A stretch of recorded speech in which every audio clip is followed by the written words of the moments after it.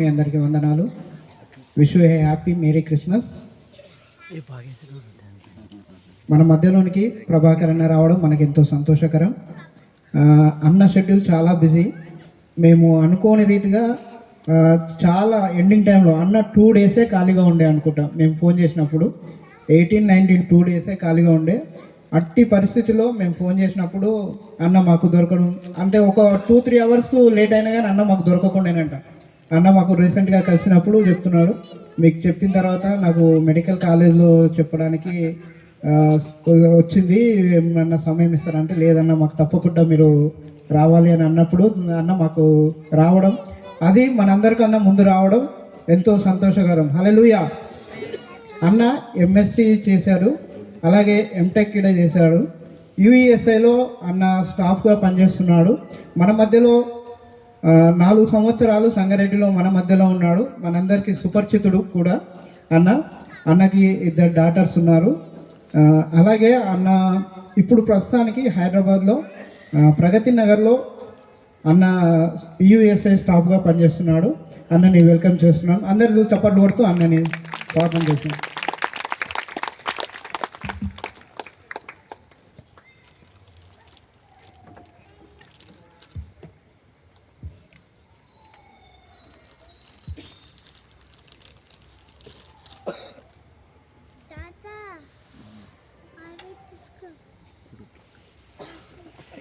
Greetings to you, dear brothers and sisters in Christ.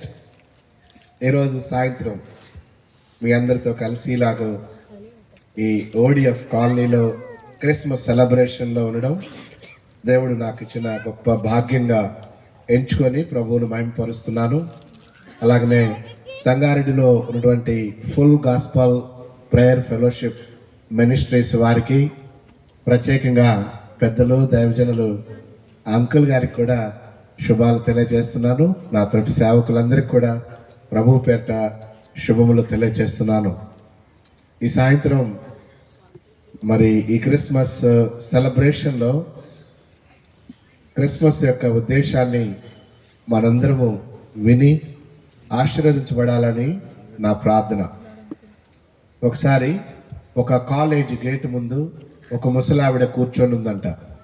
ఆ college లోపలికి వెళ్తున్నటువంటి students అనుకున్నారు, ఈ పెద్దావిడ అడుక్కోవడానికి కూర్చుందేమో, బెగ్గింగ్ కోసం కూర్చుందేమో అనుకున్నారు.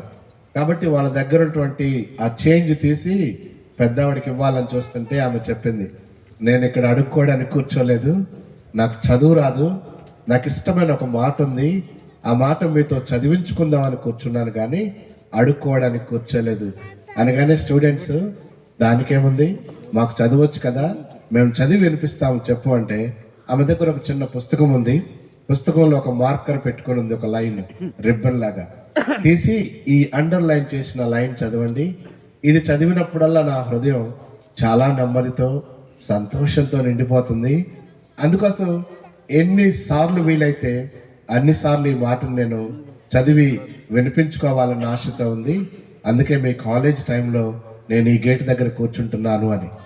సరే అని అమ్మాయిలు అబ్బాయిలు ఆ మాటను చదువుతూ ఉన్నారు.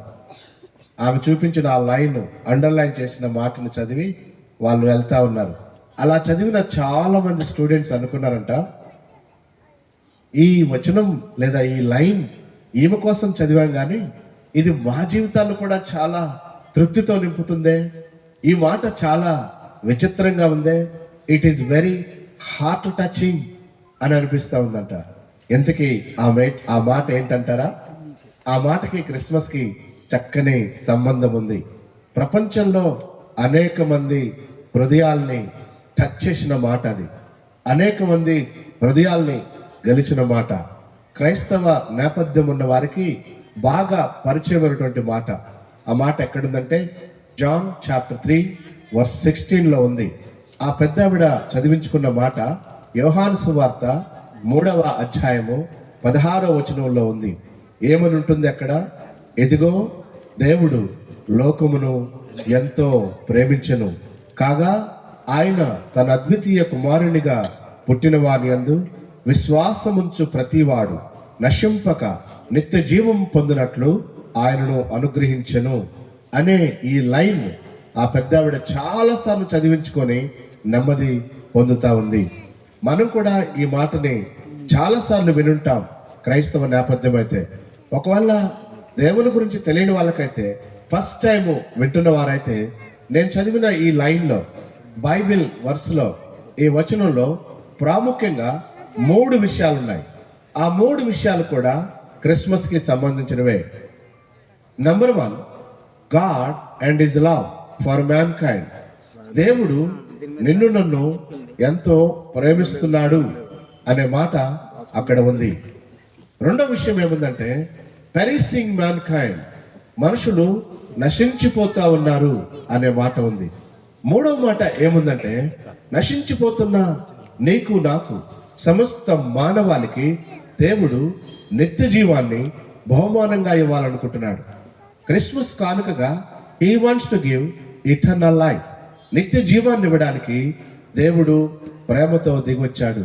ఈ 3 విషయాలు నేను చెప్పిన ఆ వచనంలో ఉన్నాయి. Number 1, God and his love. నేను కాలేజ్ స్టూడెంట్స్ మధ్య మినిస్ట్రీ చేస్తాను. ఒక కాలేజ్ స్టూడెంట్ అన్నాడు ఇదే మాట చెప్తున్నప్పుడు, అసలు దేవుడు ఉంటే కదా ఆయన ప్రేమ ఉండడానికి అని అన్నాడు. దేవుడు అనేవాడు ఉంటే కదా ఆయన ప్రేమ ఉండడానికి అని అన్నాడు. చాలామంది మన భారతదేశంలో దేవుడు ఉన్నాడు అని డిఫాల్ట్గా నమ్ముతారు. కొంతమంది దేవుడు లేడు అంటారు. వారిలో ఎక్కువ మంది విద్యావేత్తలే ఉంటారు. మామూలు వ్యక్తులైతే డిఫాల్ట్గా దేవుడు ఉన్నాడు అని నమ్ముతారు. కానీ కొంచెం సైన్స్, ఫిజిక్స్, మ్యాథమెటిక్స్, రీజనింగ్ చేసేవాళ్ళు దేవుడు లేడు, ఏమి లేడు, మానవుడి మేధస్సే గొప్ప అనుకుంటా ఉంటారు. దేవుడు ఉంటే కదా ఆయన ప్రేమ ఉండడానికి. ఒకవేళ దేవుడే లేకపోతే క్రిస్మస్ పండుగకి అర్థమే లేదు. క్రిస్మస్ సెలబ్రేట్ చేయడానికి మీనింగే లేదు. దేవుడు ఉన్నాడు అనడానికి నంబర్ 1 రుజువు ఏంటంటే ఈ సృష్టిని చూస్తుంటే ఎవరు గుర్తు రావాలంటే సృష్టికర్త గుర్తు రావాలి. Behind this creation creator is there. భూమి కదలకుండా కూర్చున్నాం కానీ భూమి కదులుతుందా లేదా అని అడిగితే మీరు అడగండి స్టూడెంట్స్ని, కదులుతుంది. భూమి తిరుగుతూ ఉంది. మామూలుగా తిరుగుతుందా, స్పీడ్గా తిరుగుతుందా? చాలా స్పీడ్గా తిరుగుతుంది. ఎలాంటి పెట్రోల్ లేకుండా స్పీడ్గా తిరుగుతుంది. చాలా వేగంగా తిరుగుతుంది. తన చుట్టూ తాను తిరుగుతుంది. సూర్యుని చుట్టూ తిరుగుతుంది. ఎప్పటి నుంచి తిరుగుతుంది? మనం పుట్టక ముందు నుంచి తిరుగుతుంది. మనం పుట్టాం, తిరుగుతూనే ఉంది. మన జనరేషన్ తర్వాత కూడా తిరుగుతూనే ఉంది. ఒక స్టడీ చేసిన ఆయన ఏమన్నాడంటే, భూమి తనకు నియమించిన కక్షలోనే తిరుగుతుంది, ఆర్బిట్లోనే. ఈ ఆర్బిట్కి ఒక్క అడుగు ముందుకేసి తిరిగింది అనుకోండి, ఎప్పుడు ఈ కక్షలోనే తిరగాల, బోరు పడుతుంది అని చెప్పి ఒక్క అడుగు ముందుకేసి తిరిగితే ఏమైందో తెలుసా? భూమి మీద ఉన్న జీవరాశి అంతా మాడి మసి అయిపోతారు. ముందుకేసి ఎందుకులే మసి చేయడం, ఒక అడుగు వెనక్కేసి తిరుగుదాం అనుకుంది అనుకోండి భూమి, మానవాళ్ళందరూ మంచుగడ్డలు అయిపోతారంట. ఓ మై గాడ్, ఒక స్టెప్ ముందుకేయడలేదు, ఒక స్టెప్ వెనకేయడలేదు. తానుకు నియమించిన కక్షలోనే కొన్ని వేల కిలోమీటర్ల వేగంతో తిరుగుతానే ఉంది భూమి. ఒకరోజు అలా తిరిగి వచ్చేసరికి 24/7 తిరుగుతూనే ఉంది భూమి. ఇంత డిజైన్ ఎక్కడ, ఎవరు డిజైన్ చేశారు? కొంతమంది హేతువాద సహోదరులు అంటారు, అండి మీరేమైనా తిప్పుతున్నారా భూమిని ఎలాగా? Who is behind this creation? Creator. రెండవ రుజువు ఏంటంటే, మనస్సాక్షి చెప్తుంది దేవుడు ఉన్నాడని. మీరు అడవిలో ఉన్న వాళ్ళ దగ్గరికైనా వెళ్ళండి, గాడ్ కాన్షియస్ కనబడుతుంది. మనస్సాక్షి చెప్తుంది దేవుడు ఉన్నాడని. మూడవ రుజువు ఏంటంటే, దేవుని వాక్యం చెప్తుంది దేవుడు ఉన్నాడని. God is there. ఆయన ప్రేమ కూడా ఉంది. జేమ్స్ బి ఇర్విన్ అనే ఆయన చందమామ మీదకి వెళ్ళాడు. ఆయన 8వ వ్యక్తి చందమామ మీదకి వెళ్ళాడు. భూమి మీదకి తిరిగి వచ్చిన తర్వాత ఆయన చెప్పిన మాట ఏంటి తెలుసా? మానవుడు చందమామ మీద కాలు పెట్టడం గ్రేట్ కాదు, దేవాతి దేవుడు మానవుడిగా భూమి మీద కాలు పెట్టడం గ్రేట్ అన్నాడు ఆయన. చందమామ మీద కాలు పెట్టడమే గ్రేట్ అయితే నేను చందమామ మీద కాలు పెట్టి వచ్చాను, కానీ దేవాతి దేవుడు భూమి మీద కాలు పెట్టాడు చూడండి, అది గ్రేట్ అని అన్నాడు. జేమ్స్ బి ఇర్విన్ గారు చందమామ మీద నుంచి భూమిని చూశాడంట. ఎంత అందంగా కనబడ్డదో. మనందరం కింద నుంచి చందమామని చూస్తుంటాం కదా, ఆయనేమో చందమామ మీద నుంచి భూమిని చూశాడంట. బ్యూటిఫుల్గా కనబడుతుందంట. One of the beautiful planet in creation భూమి. స్కై బ్లూ కలర్లో, సముద్రం మిక్సింగ్తో బ్లూ అండ్ వైట్ కలర్లో చాలా బ్యూటిఫుల్గా కనబడిందంట స్పేస్ నుంచి భూమిని చూస్తుంటే. ఆయన చూసి భూమి తిరుగుతున్న విధానం చూసి దేవుని యందు ఆయన భక్తి విపరీతంగా పెరిగిపోయిందంట. చందమామ నుంచి భూమిని చూస్తూ ఉంటే దేవుని పట్ల ఆయన ప్రేమ అమాంతం పెరిగిపోయిందంట. అసలు నా జీవితం ఈ సృష్టికర్త గురించి చెప్పడానికి ఉపయోగిస్తే ఎలా ఉంటుంది అని ఆలోచించుకొని చందమామ మీదనే ఇప్పటి నుంచి నేను సైన్స్ గురించి, ఫిజిక్స్ గురించి, ఆయన చదివింది ఏరోనాటికల్ ఇంజనీరింగ్, నాసాలో సెలెక్ట్ అయ్యాడు, చందమామ మీదకి వెళ్ళాడు, వెహికల్ నడిపిన ఫస్ట్ వ్యక్తి. చందమామ మీద నుంచి ఒక రాయి తీసుకొచ్చాడు, డేవిడ్ స్కాట్, జేమ్స్ ఇర్విన్ వీళ్ళిద్దరు తీసుకొచ్చిన రాయి జెమ్స్టోన్ స్టోన్. ఇప్పటికీ దాని మీద పరిశోధన జరుగుతున్నాయి. ఆయన చందమామ మీద నిర్ణయం తీసుకొని వచ్చాడు. కిందకు వచ్చిన తర్వాత దేవుడున్నాడు, ఆయన ప్రేమ ఉందని ప్రతి వ్యక్తికి నేను చెప్పగలిగినంత దూరం వెళ్ళి చెప్తానని తీర్మానం చేసుకొని కిందకి దిగ్గానే he resigned to his job and he traveled entire world saying that God is there, his love for you is there. దేవుడున్నాడు, ఆయనకు నీ మీద చాలా ప్రేమ ఉంది అని చెప్పడానికి ప్రపంచమంతా మిగిలిన జీవితాన్ని ఉపయోగించుకున్నాడు. మీకు సంగతి తెలుసా? ఆయన మన దేశం కూడా వచ్చాడు, విజయవాడ కూడా వచ్చాడు. ఆయన దేవుడున్నాడు అని చెప్తున్నాడు.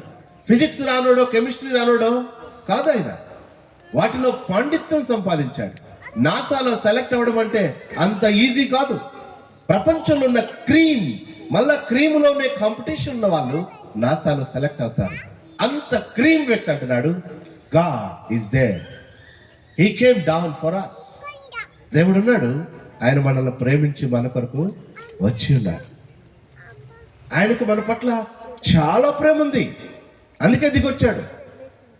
వాట్ ఈస్ క్రిస్మస్ అంటే దేవుడు మానవుడిగా మన కోసం దిగి వచ్చిన రోజే Christmas. God became a man, that is Christmas. దేవుడు మానవుడిగా వచ్చాడు. Jesus Christ is God became a man. బైబిల్లో ఒక అందమైన వచనం ఉంది, యోహాను సువార్త 1:1 ఆది యందు వాక్యము ఉండెను, వాక్యము దేవునద్దుండెను, వాక్యము దేవుడై ఉండెను. ఏ దేవుడైతే వాక్యమై ఉన్నాడో ఆ వాక్యమై ఉన్న దేవుడు 1:14 కృపా సత్య సంపూర్ణుడిగా శరీరధారిగా మన మధ్య నివసించాడంట. హూ ఇస్ జీసస్ క్రైస్ట్ అంటే ఆయన దేవుడై ఉండి మానవుడిగా వచ్చిన వాడు. God become a man. Jesus Christ is not a man become a God. ఆయన మానవుడై ఉండి దేవుడైనడు కాదండి, అలా తప్పుగా అర్థం చేసుకోకండి. Even Jesus Christ is not a man made God.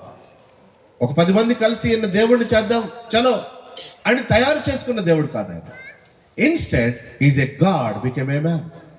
ఆయన దేవుడై ఉండి మానవుడిగా మన మీద ఉన్న ప్రేమతో మామూలుగా వచ్చాడు, ఆర్భాటం లేకుండా వచ్చాడు, సామాన్యంగా వచ్చాడు, పశువుల పాకలో వచ్చాడు, కన్యక గర్భంలో వచ్చాడు. నీ మీదున్న నా మీదున్న ప్రేమతో వచ్చాడు ఆయన.